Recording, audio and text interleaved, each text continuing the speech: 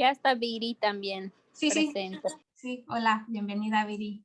Bueno, pues el día de hoy el tema que vamos a estar hablando es Jesús y la ira. Amén.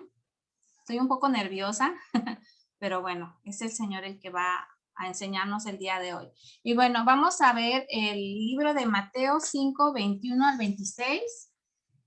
Es el versículo que vamos a estar viendo. Bueno, vamos a ver varios, pero vamos a comenzar con este que es Mateo 5, versículo del 21 al 26. Y dice así: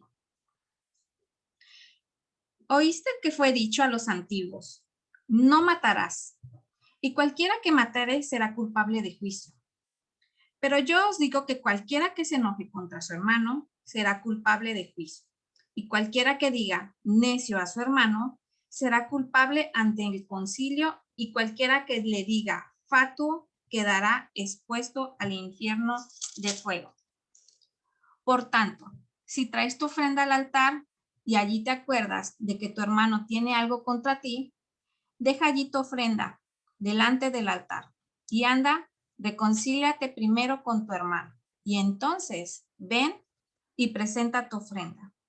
Ponte de acuerdo con tu adversario pronto, entre tanto que estás con él en el camino. No sea que el adversario te entregue al juez y el juez al alguacil y seas echado en la cárcel. De cierto te digo que no saldrás de allí hasta que pagues el último cuadrante. Amén. Bueno, aquí estamos viendo, esta enseñanza es una enseñanza de Jesús. Es que como estoy en la computadora de mi hijo, esta enseñanza es una enseñanza que hizo Jesús a sus discípulos. Amén. Y bueno, voy a leer un poco mis notas. Ya saben que yo luego tengo mis notas. Y bueno, dice lo siguiente. Los seres humanos tenemos emociones. Todos alguna vez hemos manifestado emociones, como la alegría, la tristeza, el enojo, el estrés, la felicidad, la plenitud, la ansiedad, la incertidumbre. Todos de alguna manera hemos experimentado alguna emoción.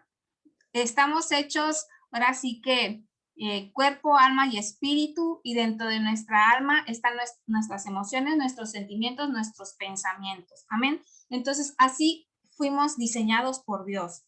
Pero aquí algo muy importante. Dice, Jesús nos enseña que una de las emociones que debemos de tener cuidado es con la ira. Pero ¿por qué Jesús nos dice que tenemos que tener cuidado de la ira? Y vamos a ir descubriendo por qué o cuál es la causa por la cual Jesús nos dice que tengamos cuidado con esta emoción. Y vamos a ir descubriendo poco a poco. Dice, en este tiempo estamos en una sociedad donde todo el mundo está enojado, o sea, todo el mundo está enojado. Los papás se enojan con los hijos se enojan con los papás, los trabajadores se enojan con los empleados con los trabajadores. Vemos también el esposo se enoja con la esposa y viceversa. Todo el mundo está enojado. Y una de las cosas que hemos visto últimamente como sociedad es, por ejemplo, las marchas feministas. Vemos marchas feministas, mujeres enojadas con toda razón, mujeres que están enojadas, frustradas porque no se sienten seguras, tienen una inseguridad de salir de sus casas, ¿cómo se llama? De ser asesinadas, etcétera, ¿verdad? Vemos mujeres que están amargadas, enojadas, furiosas por la situación que se vive en la actualidad contra la mujer, ¿verdad? Pero es curioso y contradictorio el hecho que estas mismas mujeres que están enojadas contra la sociedad, contra el hombre, estas mismas mujeres que están pidiendo que no se asesine, que no las asesinen, pidan un derecho de asesinato que es el aborto, ¿sí? Es contradictorio esto, pero bueno, sigamos. Vemos marchas en contra también del gobierno, vemos marchas de muchas formas, ¿no? Pero no solamente sucede en nuestra sociedad, también sucede a veces muy cerca de nosotros, a veces con algún familiar, que están enojados algún familiar uno con otro, o nosotras mismas estamos enojados contra alguien. Amén. Entonces, eh, quiero hacer un paréntesis aquí porque nosotras las mujeres tenemos una etapa que hay un cierto desajuste hormonal que puede provocar que nosotras nos sensibilicemos y seamos más propensas a enojarnos. Y eso obviamente se llama, ¿cómo se llama? Menstruación. Hay un periodo de menstruación entre nosotras que de repente esa menstruación hace que nos desestabilicemos, ¿cómo se dice? Hormonalmente, que produce que algunas veces estemos enojadas. Es como que un paréntesis, pero nosotras las mujeres tendemos a enojarnos más rápido que los hombres, ¿no? Bueno, eso creo. y yo creo que es una de las causas por las cuales nosotros las mujeres de repente nos enojamos más rápido que los hombres. Dice, en sí la emoción llamada enojo no es malo enojarse, no te estoy diciendo que es pecado enojarse, no te estoy diciendo eso, pero vamos a descubrir cuál es la causa por la cual Jesús nos está enseñando ¿cómo se llama? Esta emoción. Dice, en sí la emoción llamada enojo no es malo. De hecho, Jesús mismo se enojó. Hay un pasaje en la Biblia, y no les voy a mentir porque lo vamos a ver, en donde nos enseña que Jesús tuvo no arranque de ira, sino que un celo, un enojo, y vamos a verlo en Mateo 21, 12 al 13. El enojo es una emoción, pero no tenemos que ir más allá de lo que es esa emoción. En Mateo 21, 12 al 13 nos menciona. No lo busquen, yo lo busco. Del 12 al 13. Del 12 al 13. Diciendo, no es cierto, esperen otro. Dice, y entró Jesús en el templo de Dios y echó fuera a todos los que vendían y compraban en el templo, y volcó las mesas de los cambistas y las sillas de los que vendían palomas, y les dijo, escrita está, mi casa, casa de oración será llamada, mas vosotros la habéis hecho cueva de ladrones. Aquí vemos un enojo de Jesús. En otras versiones vemos que Jesús agarra las tiras o como unos mecates y comienza a sacar a todos a mecatazos, a cordazos, o en pocas palabras, a cinturonazos, ¿verdad? Buenas noches, Areli, bienvenida. Estamos hablando del enojo de Jesús y el enojo. Amén.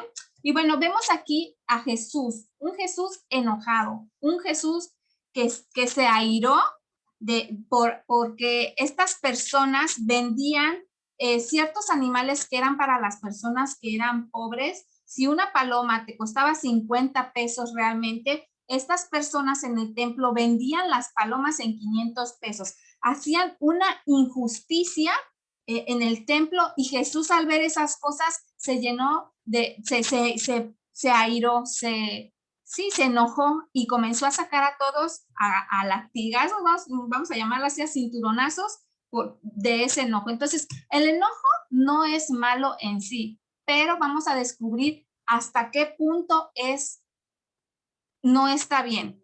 Porque acuérdense que esta enseñanza no es mi enseñanza. Esta enseñanza es la enseñanza de Jesús. Y es lo que Jesús nos va a enseñar en esta noche. Amén.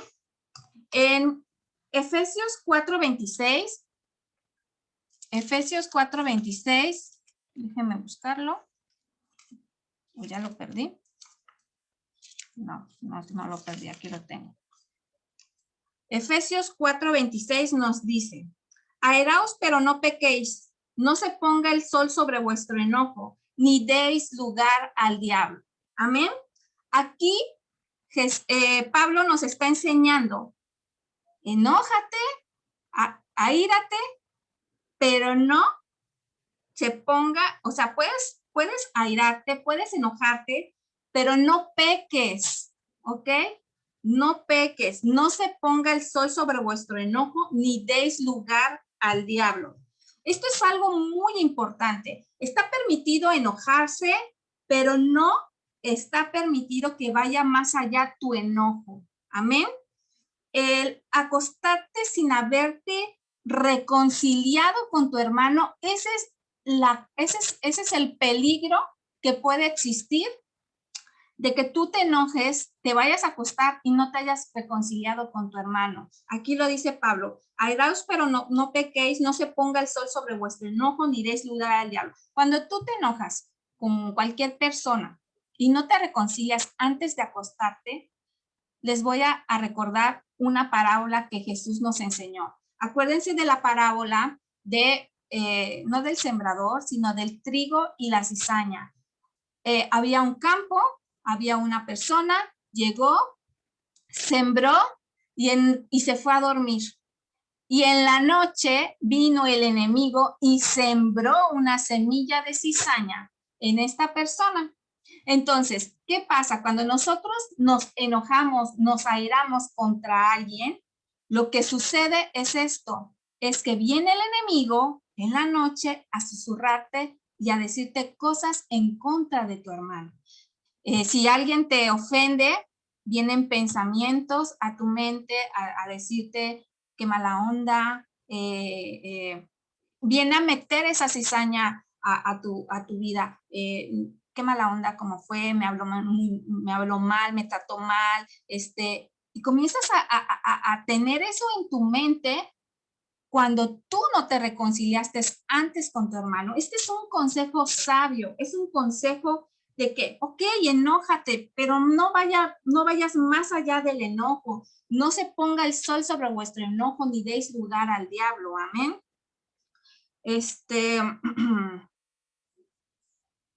Dice, el acostarte sin haberte reconciliado antes da pauta que el enemigo traiga cizaña a tu corazón, trayendo a él el deseo de venganza o la falta de perdón. Amén. Cuando nosotros cuando nosotros tenemos un conflicto o un pleito con alguien y no perdonamos, eso se queda guardado en nuestro corazón y es un peligro. Un peligro, ¿por qué? Porque puede crear una raíz de amargura, puede crear una raíz de pecado que se llama enojo.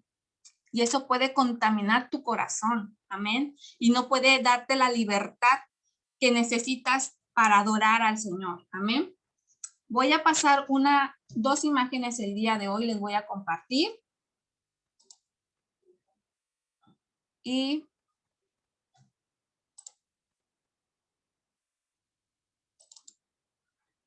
¿qué se esconde detrás del enojo? Bueno, detrás del enojo, ay, se me fue, ahí está. Detrás del enojo viene impotencia. Por esa causa te enojas, por impotencia, por no conseguir lo que deseas. También viene tristeza por no sentirte amado, dolor por viejas heridas. Cuando tú no perdonas esas viejas heridas, viene dolor a tu vida, dolor a tu corazón, impaciencia por estar cansado de esperar. También puede producir miedo por temor a perder lo que tienes. Ese miedo te hace enojarte. Decepción porque esperabas o tenías demasiadas expectativas hacia los demás. Inseguridad por no creer en ti mismo. Y algo que me llama mucho la atención es incomunicación, por no saber expresar tus emociones. Amén. Cuando nosotros estamos enojados, una de las cosas que nosotros por lo general hacemos es ya no hablarle a la persona o evitar a la persona. Y la incomunicación va a ser, tú guardas esa emoción de enojo, no le comunicas a tu hermano lo que tú tienes contra él y hace que no expreses esas emociones y esos sentimientos, amén. Solo los guardas y esto es un peligro. Voy a dejar de compartir esta imagen y voy a irme con otra imagen que es mi segunda y última imagen del día de hoy. Hola Betty, buenas tardes. Veo que ya se están conectando. Berito, buenas tardes, bienvenidas a todas. Estamos hablando del tema del enojo. Y bueno, ¿qué pasa cuando nos enojamos? Lo primero que pasa físicamente, orgánicamente, el lóbulo frontal derecho se desactiva el raciocinio y el autocontrol. ¿Qué pasa? Me enojo y lo primero que me enojo, se me comienza a lenguar la traba. A mí siempre se me lengua la traba. Yo creo que tengo el lóbulo frontal derecho siempre desactivado porque siempre se me lengua la traba. Pero cuando comienzas a pelear con alguien, se te lengua la traba, no pones bien tus ideas y comienzas a hablar confusamente, ¿sí? Y algo importante, dejas de tener autocontrol. Comienzas a hablar y hablar y a decir y hablar y a decir y a expresarte y ahora sí que a desatar ese enojo. Comienzan palabras que a lo mejor no querías decir y que dijiste por enojo, que por lo general siempre pasa cuando nosotros estamos enojados, comenzamos a decir y a decir palabras que ni siquiera salen de verdad o por querer lastimar a otra persona, comienzas a decir, no tienes ese autocontrol, no está desactivado ese raciocinio, comienzas a hablar, se te lengua la traba y etcétera, ¿no? Otro punto, el cerebro necesita más oxígeno afectando los pulmones. También una de las cosas que pasa cuando tú estás enojado es que terminas con un dolor de cabeza muy fuerte, ¿no? Las plaquetas en la sangre incrementan para disminuir el dolor en caso de peligro. Esto es cuando ya de plano el enojo ya está pasando a una etapa de que ya son para los golpes, tu mismo cuerpo se autoprotege enviando estas plaquetas para que cuando recibas el primer golpe no te duela. Y de repente eso pasa que, más en los hombres, ¿no? Que de repente se agarran a golpes y que ni sienten en el momento el golpe y cuando ya termina la pelea es cuando ya sienten el dolorcito, ¿no? Las células se aceleran provocando envejecimiento prematuro. En otra imagen que tengo, decía que cuando nosotros nos enojamos, aceleramos 3000 veces más rápido el envejecimiento en nuestras vidas. Así que si no nos queremos, ahora sí que si no nos queremos envejecer rápido, hay que bajarle al enojo, ¿sí? Y la descarga de adrenalina eleva el colesterol, dañando al corazón y a las arterias. ¿Cuántas veces hemos escuchado de personas que en el momento de que se enojan les viene un infarto y ups, y se ha pasado de que de repente estás tan enojado, tan airado, que de repente la gente se infarta? Es por esto, es por lo que les acabo de leer. Amén. Ahora bien, ahora sí nos vamos a ir a lo que Jesús enseñó. Esto fue una introducción y nos vamos a ir rápido a lo que Jesús nos está enseñando. Como punto número 1, en lo que acabamos de ver de Mateo 5, dice, como punto número 1, tenemos 3 maneras de asesinar a tu hermano. Tenemos 3 maneras de asesinar a nuestro hermano. Punto número 1, ok. Te enojas, experimentas la emoción, platicas y perdonas, ¿ok? Ahí todo está bien. Te enojas, experimentas la emoción, platicas y perdonas y no pasó nada. Pero donde sí tenemos que hacer, ahora sí que pausa, es en el punto número 2. Te enojas, el enojo se cultiva en tu corazón, no perdonas y rechazas a tu hermano. Ahí es cuando es el problema. Cuando tú te enojas, no perdonas, lo cultivas en tu corazón, lo guardas en tu corazón y rechazas a tu hermano. Vamos a ir al siguiente versículo, que es Primera de Juan 3:15. Primera de Juan 3:15 nos dice así.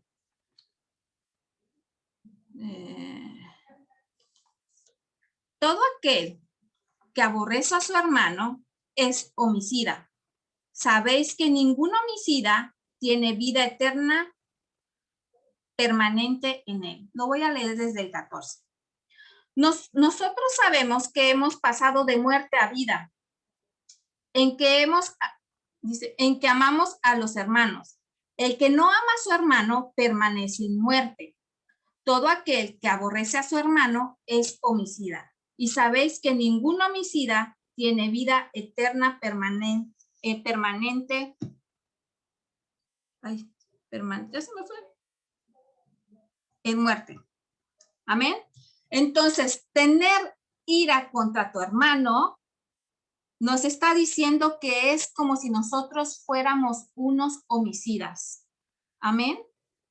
Esto lo dice la Escritura, no lo digo yo, es una enseñanza de Jesús. Amén. Es una enseñanza que Jesús nos está dando, que cuando yo me enojo contra mi hermano y yo no lo perdono, estoy siendo un homicida. Si yo estoy aborreciendo a mi hermano, estoy siendo un homicida.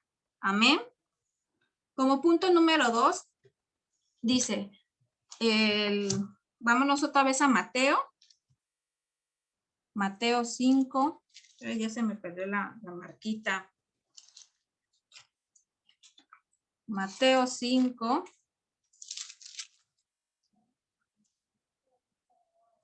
Bueno, aquí lo tengo escrito. Dice, cualquiera que diga necio será culpable ante el concilio. Amén. ¿Qué significa necio? Necio significa, les voy a leer, ignorante, imprudente, falto de razón, terco o cabeza hueca. Ojo con lo que voy a decir. No lo digo yo, lo investigué y ojo con lo que voy a decir. Y disculpen las palabras. Estúpido. Perdón, Janet, estás ingresando y estás escuchando una palabra ofensiva. Estamos hablando del enojo y lo voy a volver a leer para que tengas un poco de contexto porque lo primero que escuchaste fue una palabra muy fea. Dice, sí, no te preocupes, gracias. Sí, estamos hablando del enojo. Cualquiera que le diga necio a su hermano será culpable ante el concilio. ¿Qué significa necio? Necio significa ignorante, imprudente, falto de razón, terco o cabeza hueca. Y ahí es donde tú entraste. Estúpido o idiota. Estas palabras eran ofensivas y no solamente eran ofensivas en ese tiempo en la cultura judía. Si tú ahorita le dices a una persona, perdón por las palabras, o sea, no soy yo, es lo que estaba escrito. Si tú le dices a una persona, eres un estúpido, eres un idiota, lo ofendes. ¿Estamos de acuerdo? Entonces, en ese tiempo y ahorita actualmente, si tú comienzas a insultar a tu hermano porque tú estás enojado y tú comienzas a molestarte con tu hermano y de repente ya lo estás insultando, déjame decirte que la Escritura dice que eres culpable ante el concilio. ¿Qué es concilio? El concilio era un grupo de personas, eran los ancianos que se sentaban a juzgar al pueblo. Amén. Eran como una especie de jueces. En la actualidad se le llama el Sanedrín. Son estas personas que se juntan para como si fueran los jueces, para checar, ahora sí que para conciliar situaciones que se presenten, ¿verdad? Entonces, la pregunta es, ¿has creído con tu corazón que tu hermano es un idiota? ¿Perdón? Bueno, pues si tú crees o si tú le has dicho a tu hermano en tu enojo que es un idiota, que es un cabeza hueca, que es un terco, déjame decirte que eres culpable ante el concilio y que eres un asesino. Amén. Vean lo profundo de lo que Jesús nos está llevando. No solamente, y yo no es mi enseñanza, es la enseñanza de Jesús. Está escrito en Mateo 5, versículo 21. No lo escribí yo. Jesús dijo, oíste que fue dicho a los antiguos. O sea, los antiguos enseñaron una cosa, pero Jesús vino a enseñarte la verdad. Amén. Tengo 6 minutos, creo que sí me alcanza. Punto número 3. ¿Se acuerdan que estamos viendo los 3 puntos por los cuales puedo asesinar a mi hermano? Vamos con el punto número 3. Cualquiera que diga fatuo quedará expuesto al infierno. ¿Qué es fatuo? de repente, cuando comenzamos a leer la Biblia, de repente nos encontramos con esta palabra y no sabemos qué significa fatuo. Fatuo, de repente la buscas y dices fatuo, no es necio. Ah, bueno, fatuo, necio. Hace rato dijo que si le decía yo necio, pues es lo mismo. Pero bueno, les voy a decir el significado de fatuo, ¿ok? Fatuo, su significado puede ser rebelde o apóstata. Un apóstata es una persona que ha negado la fe, es una persona no creyente, ¿sí? Por lo tanto, es una persona que no cree en Dios o que ha negado la fe, es una persona que está separado de Dios. Amén. Ahora bien, dice, dentro de la escritura nos dice que quedaríamos expuestos al infierno de fuego. ¿Qué quiere decir eso de infierno de fuego? Leyendo un poquito, investigando el tema y todo eso, me encontré algo muy interesante y se los quiero compartir, ¿sí? El infierno de fuego, decía lo que leí, es el valle de los hijos de Himón, un valle ubicado a las afueras de Jerusalén, y ahí se quemaba la basura y ardía constantemente. Ese es el infierno de fuego. ¿Qué quiere decir? Que el infierno de fuego, tú le decías a tu hermano, eres un fatuo, quiere decir, eres una apóstata. Cuando tú le dices a tu hermano, ni pareces cristiano, ¿dónde está tu cristiandad? Ni pareces cristiano, en tu enojo. Oh, Dios mío, o sea, aguas, en serio que aguas. La verdad yo me impacté y me quedé así como que, ¡guau! Porque yo no lo estoy diciendo, lo dice la escritura. Lo dice la escritura, léelo, Mateo 5 del 21 al 26, amén. Cuando tú le dices a tu hermano, eres un, ni pareces cristiano, oye, o sea, ya estás llegando a ese infierno de fuego. Pero, ¿qué quiere decir esto? Que al considerar a tu hermano un apóstata de la fe, simplemente estás actuando igual que un asesino. Y lo que haces es que, dice, el valle de los hijos de Himón es ese valle que te lleva a las afueras de Jerusalén, ¿sí? O sea que ya Jerusalén es el pueblo de Dios. Acuérdense que es el lugar santo escogido para adorar a Dios. Entonces, cuando tú comienzas a decirle a tu hermano que ni pareces cristiano y te enojas con él, que llegas a este punto, entonces estás quedándote afuera de Jerusalén, de la ciudad bendita de Dios. ¿Y dónde te están poniendo? En donde está la basura, donde constantemente está ardiendo esa basura. Amén. Ahora bien, dice, entonces, el enojo, ¿qué es lo en general? Y para hacer un resumen general, ya me quedan 2 minutos. Entonces, el enojo te lleva a la ira. La ira te puede llevar al odio. Y ese odio te puede llevar a asesinar a tu hermano. ¿Cuántas veces hemos visto de personas que son asesinadas porque no perdonaron, porque guardaron cosas en su corazón, se enojaron, se llenaron de ira? O sea, es como una bola de nieve que va creciendo cada vez más. Te enojas, guardas rencor, te enojas con tu hermano siempre.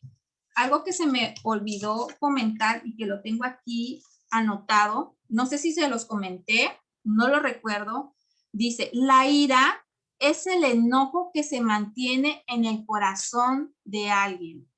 Amén.